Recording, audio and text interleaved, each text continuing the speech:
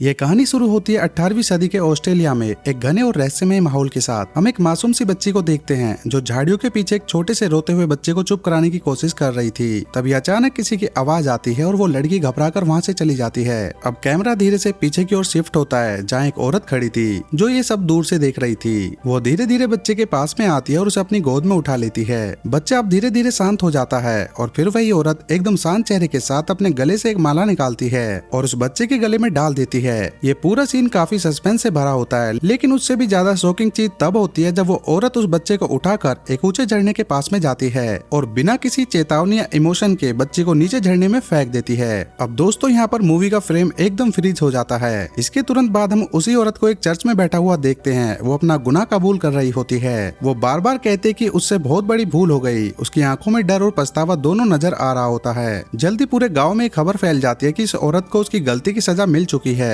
और वो भी बहुत ही डरावने तरीके से। उसकी लाश जंगल में कुर्सी पर बंधी पड़ी होती है। उसका चेहरा ऊपर की ओर झुका हुआ और उसका सिर एक लोहे के पिंजरे में कैद होता है। जैसे ही कैमरा थोड़ा और पास जाता है तभी वहाँ एक अनजान शख्स आता है। वो बिना कुछ बोले उस औरत की उंगली काटता है और उसे एक पुराने कपड़े में लपेटकर अपनी जेब में रख लेता है। इसके बाद कहानी आगे बढ़ती है और हमें इसका मेन कैरेक्टर दिखाया जाता है जिसका नाम एगस था।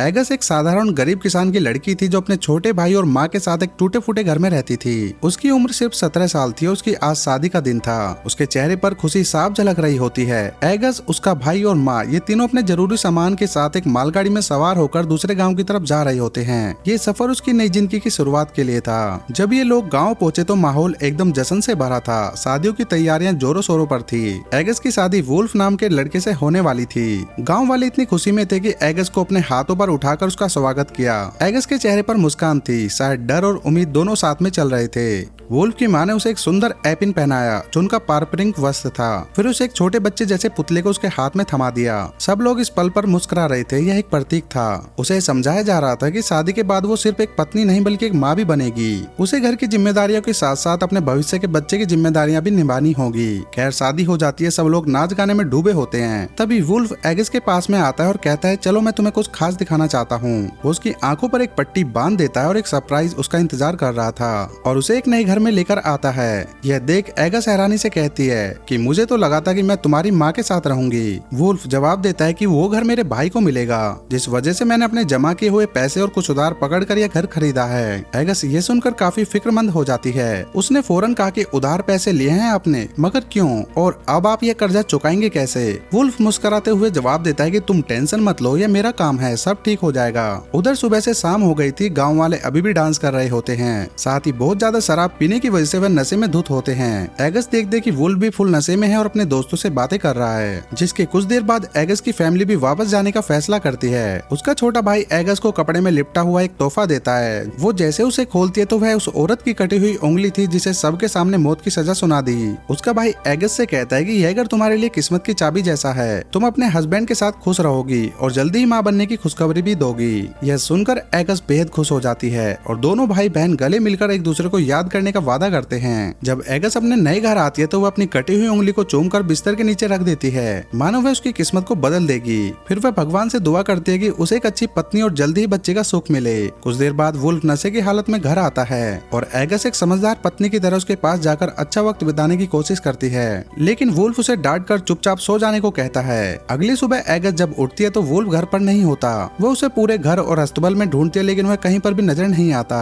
जिसके बाद वह जंगल की ओर निकल जाती है। जंगल में भटकते हुए उसे एक पेड़ पर अजीब निशान वाला कागज दिखाई देता है जो उस औरत से जुड़ा हुआ होता है जिसने बच्चा फेंका था और वो अब मरी पड़ी थी। उसे आगे बढ़ने पर उस औरत की लाश मिलती है जिसका सिर अलग कर पिंजरे में रखा गया था। यह देखकर एगस का दिल दहल जाता है। थोड़ी देर बाद उसे वुल्फ मिलता है जो अपनी माँ और गाँव वालों के साथ तालाब में मछलियाँ पकड़ रहा होता है। वुल्फ की माँ उसे काम पर बुलाती है लेकिन एगस पहले कभी ऐसा काम नहीं कर पाई थी, इसलिए उसे काफी दिक्कत होती है। तभी चर्च की घंटी बजती है और एगस घुटनों के बल बैठकर दुआ करने लगती है, जिसे देखकर वुल्फ की माँ झल्ला जाती है और ताने मारती कि क्या आज सारी प्रार्थना यहीं पर खत्म कर देगी। दोपहर में एगस और उसकी सास मजदूरों को ब्रेड बांटती है। जब एक भूखा आदमी 2 ब्रेड मांगता है तो एगस उसे तरस खाकर दे देती है, लेकिन वुल्फ की माँ एक ब्रेड वापस छीन लेती है और उसे भगा देती है, जिससे एगस को काफी दुख होता है। वुल्फ उसे तालाब के रास्ते घर लौटने को कहता है और साथ में यह भी कि अब से वह काम के हिसाब से ही कपड़ा पहना करेगी। घर लौटकर एगस फिर से अपनी उंगली चूमकर बिस्तर के नीचे रख देती है, इस उम्मीद में कि पति से प्यार मिलेगा और बच्चा भी जल्दी आएगा। लेकिन इस रात भी वुल्फ उसे खुद से दूर कर देता है, जिससे एगस का दिल टूट जाता है और वह बाहर अंधेरे में जाकर रोने लगती है। अगली सुबह वह चर्च जाकर जीसस के बच्चे वाली मूर्ति के सामने खड़ी होकर अपनी संतान की दुआ करती है।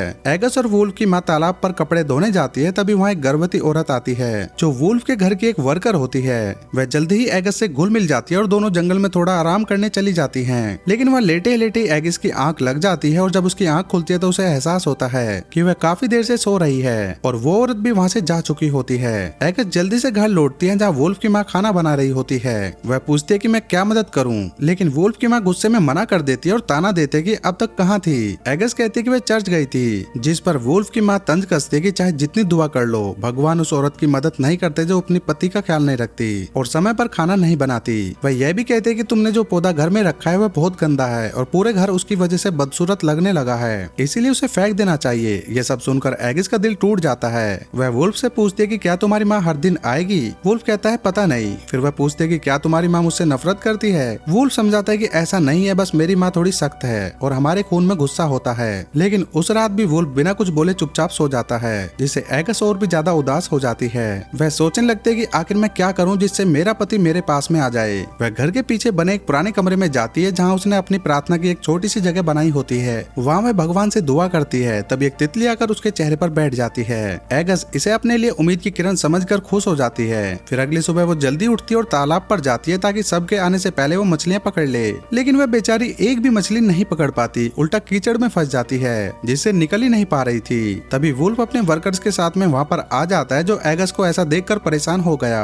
और कहता है कि तुम्हें यहाँ पर नहीं आना चाहिए था क्योंकि यह बहुत खतरनाक कीचड़ है। यहाँ पर बहुत सारे लोगों के डूबने से मौत भी हो चुकी है। इस पर एगस कहती है कि वो बस मैं अपने कल का खाना ना बनाने की गलती का बदला दे रही थी। वुल्फ फौरन उसे बाहर निकाल देता है ताकि मछलियाँ डर कर न भाग जाएं। रात के टाइम कोई वुल्फ का दरवाजा खटखटाता है और उसे बताता है कि तुम्हारे दोस्त के साथ में बहुत बुरा हो गया है, इसीलिए वो फौरन देखने निकल पड़ता है। तभी एगस भी पड़ोस में औरत की चीखों की आवाज सुनती है, जिससे वह कांप उठती है। लाइट लेकर पड़ोसन के घर चेक करने जाते कि आखिर हुआ क्या है। वहाँ पहुंचकर उसने देखा कि वुल्फ के दोस्त के घर के बाहर बहुत सारे आदमी जमा हैं, क्योंकि वुल्फ के दोस्त ने खुद को फांसी पर लटकाकर अपनी जान ले ली। वो आदमी उसकी लाश को लेने आए, उसकी मोम रो रही थी और उन आदमियों से वह मिन्नतें कर रही थी कि प्लीज इसे लेकर मत जाओ, लेकिन कोई उसकी बात नहीं सुनता। वो उसकी लाश को एक कैरेज पर रख कर ले जाते हैं। यह सब देखकर एगस काफी डर गई और वह सहम चुकी थी, जिसके बाद में वो घर लौट आती है और दुआ करने लगते हैं कि मैं हमेशा हर बुराई से बची रहूं। अगले दिन वहाँ पर फादर आते हैं। वो कहते हैं कि वुल्फ के दोस्त की लाश को दफन नहीं करना, क्योंकि अपनी जान लेना बहुत बड़ा गुनाह है और वुल्फ के दोस्त ने खुद अपनी जान लेकर इतना बड़ा गुनाह किया कि उसकी आत्मा गुम हो गई है और वो पक्का हेल यानी कि जहन्नुम में जाएगी। अगले दिन जब एगस खेतों में काम कर रही थी तो उसे फीमेल वाला मसला हो जाता है, जिससे वो बेचारी मायूस होकर रोने लगती है क्योंकि उसने माँ बनने की दुआ की थी। फिर दोपहर को जब एगस रोटी बांट रही होती है तो उसकी प्रेग्नेंट दोस्त कहती है कि एक और दे दो प्लीज, क्योंकि मैं 2 जानों के लिए खा रही हूँ, अपने और होने वाले बच्चे के लिए। लेकिन क्योंकि वहाँ वुल्फ की माँ मौजूद थी, इसलिए एगस को मना करना पड़ता है। उसकी सास उसे और परेशान करने के लिए कहती है कि तू फिक्र न कर उसके खाने की, उसे तो शुक्र अदा करना चाहिए कि उसे यहाँ पर काम पर रखा हुआ है। यह बात सुनकर एगस को बहुत बुरा लगता है, इसलिए घर लौटते हुए खुद को कांटों वाले पौधे से जख्मी कर लेती है। इसलिए जब उसका मन नहीं भरा तो वह खुद को और तकलीफ पहुंचाने के लिए कांटेदार टहनी से अपनी जुबान को भी खुरचने लगती है, जिससे उसका काफी खून बहने लगता है और ये सीन काफी दिल दहलाने वाला होता है।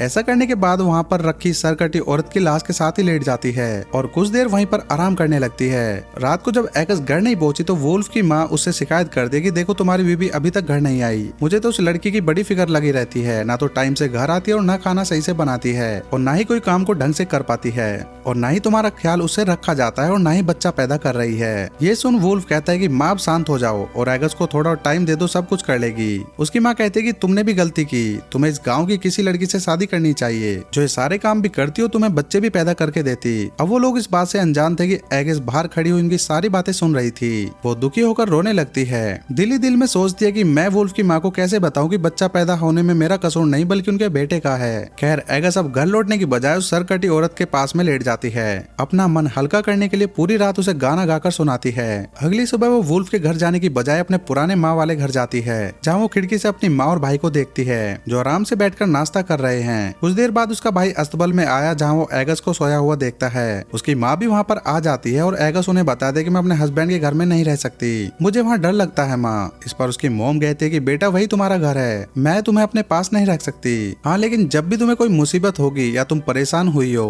तो मैं तुमसे फौरन मिलने आ जाऊंगी। इसलिए वो मायूस होकर घर के पास ही बैठ जाती है। दोपहर को वो यहाँ पर वुल्फ आता है वो एगस से कहता है कि उठो मेरे साथ घर चलो, लेकिन जब एगस ने इसके लिए मना कर दिया तो वह उसके भाई की मदद से जबरदस्ती उठाकर उसे घर ले जाता है। एगस घर के सभी कामों को करने से मना करती है। उसकी हालत देखकर लग रहा था कि जैसे वह अंदर से टूट चुकी हो। वो पूरा दिन या तो सोती रहती है या फिर दुआएं करती है। उसकी सास काफी गुस्से में उसे कहती है कि लड़के ड्रामे बंद करो, अपनी तबीयत ठीक करो, लेकिन एगस जिसके अंदर जीने की अब कोई उम्मीद नजर नहीं आ रही थी, कोई जवाब नहीं देती। वुल्फ की माँ उसके कपड़े बदलने लगी ताकि उसे डॉक्टर के पास लेकर जाए। तब गुस्से में कपड़े छीनकर खुद पहनती है। फिर चेकअप करवाने के बाद अकेले ही घर की तरफ जाने लगती है। तभी उसे रास्ते में एक अनजान छोटा सा बच्चा मिलता है जिसे देखकर वो काफी खुश हो जाती है और उसे फौरन अपनी गोदी में उठा लेती है। वो सोचती है कि मेरी दुआ कबूल हो गई और एक गॉड की तरफ से मेरे लिए गिफ्ट है। वो उसे लेकर अपने घर आ जाती है, मगर वुल्फ की माँ को काफी गुस्सा आ जाता है और उसने कहा कि इस बच्चे को तुम वापस वहीं छोड़ कर आओ जहाँ से लेकर आई हो। इसके माँ बाप इसे ढूंढ रहे होंगे। अब उस बेचारी के पास बात मानने के अलावा और कोई रास्ता नहीं था, इसलिए वह बच्चे को वहीं पर छोड़ आती है। उसे यकीन होता है कि उसके माँ बाप जरूर आएंगे।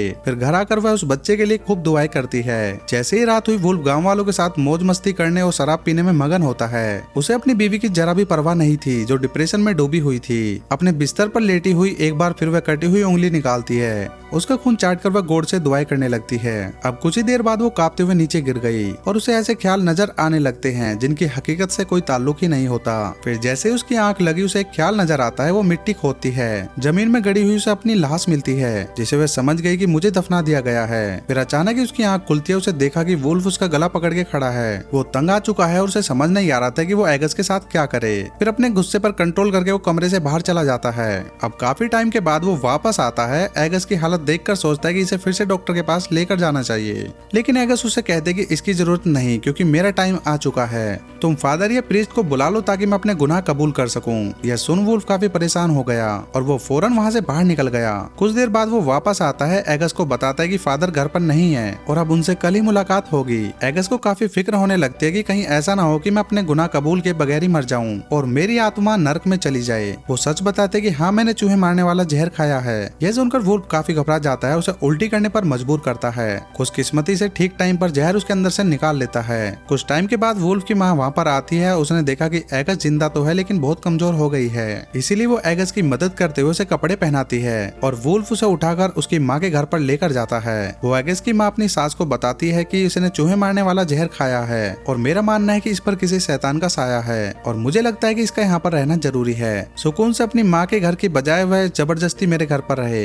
इसके बाद वो अपनी वाइफ को अलविदा कहकर वहाँ से चला जाता है। अगली सुबह हम देखते हैं कि एगस पहले से बेहतर हो गई है और अपने कमरे की साफ सफाई करती है। फिर तैयार होकर अपने घर वाले को अलविदा कहकर घर से निकल जाती है। वह जंगल में पहुंची जहाँ उसे बच्चे का एक ग्रुप नजर आता है जो खेल रहा होता है। एक बच्चे से पूछते कि क्या तुम मुझे यहाँ के साइन के बारे में बता सकते हो, मैं तुम्हें पैसे दूंगी। बच्चा इसके लिए मान जाता है और जब ये दोनों साइन तक पहुंचे तो एगस उसे कहती है कि तुम भी यहाँ पर दुआ करो। बच्चा मान गया और ये दोनों साइन के अंदर जाकर दुआ करने लगते हैं, लेकिन अब अचानक एगस लड़के की गर्दन में चाकू घुसा देती है जिससे वो जख्मी होकर नीचे गिर गया। एगस उसे पकड़ लेती है और बच्चा गिड़गिड़ाता है प्लीज मुझे मत मारो, लेकिन वो कई बार चाकू से वार करके उसकी जान ले लेती है। फिर उसकी लाश को देखकर कहते कि अब तुम गुनाह नहीं करोगे, तुम बच्चे थे इसलिए गॉड की नजर में तुम एक फरिश्ता बन जाओगे। फिर वो चर्च गई और अगले दिन फादर से मिलने की बात करती है। रात में वो अपने बाल काट लेती है और अगले दिन फादर के सामने अपने सारे गुनाह कबूल करने लगी कि मैं सबसे पहले अपने हस्बैंड को खुश नहीं कर सकी। फिर मैंने अपनी सास के बारे में उल्टा सीधा सोचा, अस्तबल के जानवरों की भी देखभाल ठीक से नहीं कर सकी और कोई काम ठीक से न करके अपने इन लोगों पर मुसीबत आई। आगे वो कहते कि मैंने एक अच्छी बीवी बनने की बहुत कोशिश की लेकिन मैं नाकाम रही और मैंने यही सोचकर चूहे वाला जहर खा लिया था कि कोई मेरी मदद नहीं कर सकता।